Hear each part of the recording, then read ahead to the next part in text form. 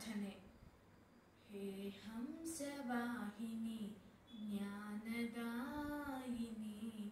अम्ब विमलमतिदे अम्ब विमलमतिदे। हे हंसवाहिनी ज्ञानदायिनी अम्ब विमलमतिदे अम्ब विमलमतिदे। जग शिरमोर बनाए भारत वह बल विक्रम दे अम्ब विमलमतिदे।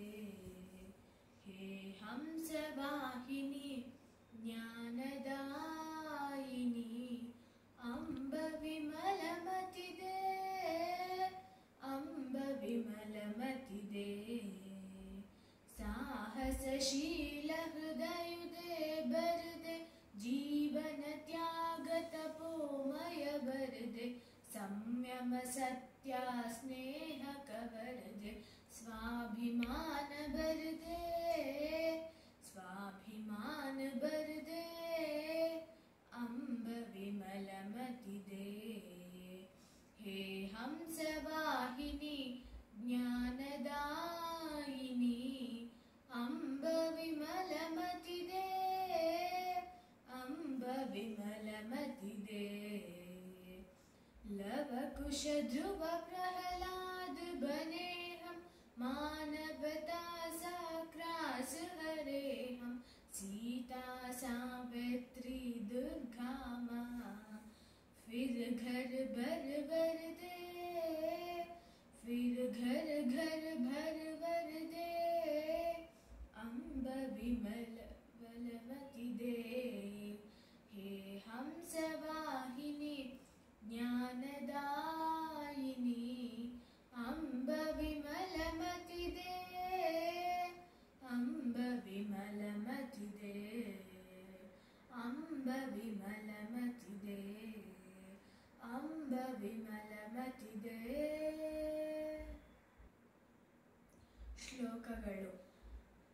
शुक्लांभरधरं विष्णुं शशिवर्णं चतुर्भुजं प्रसन्नवदनं ध्यायेत् सर्वविघ्नोपशान्तये। अगजानन पद्मार्कं गजाननमहर्निशम् अनेकदन्तं भक्तानाम् एकदन्तं उपास्महे। सरस्वती नमस्तुभ्यं वरदे कामरूपिणी विद्यारम्भं करिष्यामि सिद्धिर्भवतु मे सदा। मृत्युञ्जयाय विद्याय नीलकण्ठाय शम्भुवे अमृतेशाय शर्वाय श्रीमन्महादेवाय ते नमः।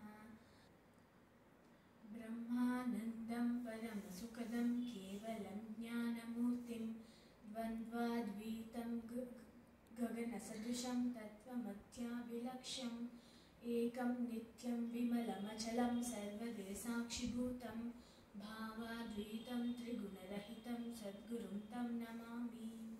नमस्ते शारदा देवी काश्मीरपुरवासिनी त्वामहं प्रार्थये देवी विद्यादानं च देहि मे। जटाधरं पाण्डुरङ्गं शूलहस्तं कृपानिधिं सर्वरोगहरं देवं दत्तात्रेयं ध्वजेनिशं ज्ञानानन्दमयं देवं निर्मलस्फटिकाकृतिम् आधारं सर्वविद्यानां श्रीहयग्रीवम् उपास्महे। पूज्याय राघवेन्द्राय सत्यधर्मरताय च भजतां कल्पवृक्षाय नमतां कामधेनवे। रामाय रामभद्राय रामचन्द्राय वेधसे रघुनाथाय नाथाय सीताय पतये नमः। ब्रह्मानन्दं परमसुखदं केवलं ज्ञानमूर्तिं द्वन्द्वातीतं गगनसदृशं तत्त्वमध्याभिलक्ष्यम् एकं नित्यं विमलमचलं सर्वदेसाक्षिभूतं भावातीतं त्रिगुणरहितं सद्गुरुं तं नमामि। श्रीविद्योपासनासक्तं श्रीकृष्णसद्गुरुं लक्ष्मीं क्षीरसमुद्रराजतनयां श्रीरङ्गधामेश्वरीं दासीभूता समस्तदेववनितां लोकैकदीपाङ्कुरं श्रीमन्मन्दकटाक्षलब्धविभवा ब्रह्मेन्द्रगङ्गाधरं त्वां त्रैलोक्यकुटुम्बिनीं सरसिजां वन्दे वन्दे मुकुन्दप्रियं रामाय रामभद्राय रामचन्द्राय वेधसे रघुनाथाय नाथाय सीताय पतये नमः। अपदामापहर्तारं दातारं सर्वसम्पदां लोकाभिरामं श्रीरामं भूयो भूयो नमाम्यहम्। जटाधरं पाण्डुरङ्गं शूलहस्तं कृपानिधिं सर्वरोगहरं देवं दत्तात्रेयं ध्वजेनिशम्।